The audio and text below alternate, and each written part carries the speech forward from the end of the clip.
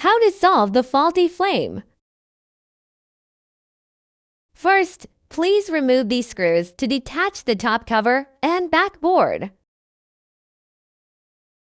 After that, please disconnect the electrical connector from the light board, and then remove the beam as the light bar is installed on it.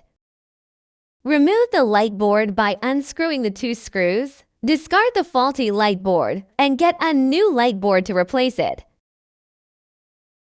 Connect the wire plug to the new light board. Install the beam back.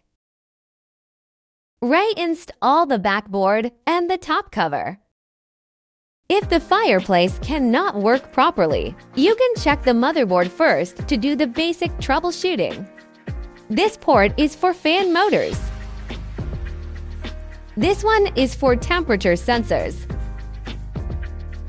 The big one is for remote and digital displays. This one is for the control panel.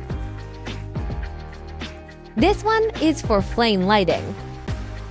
And the black one is for flaming bed lights.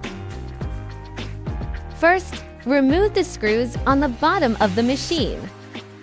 The flaming bed light board is hidden in the back of the machine. You need to reach it by reaching your hand in.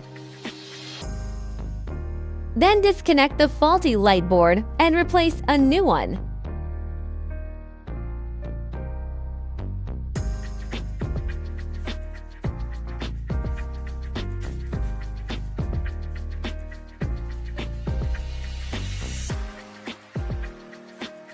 Connect the wire plug and hide it back.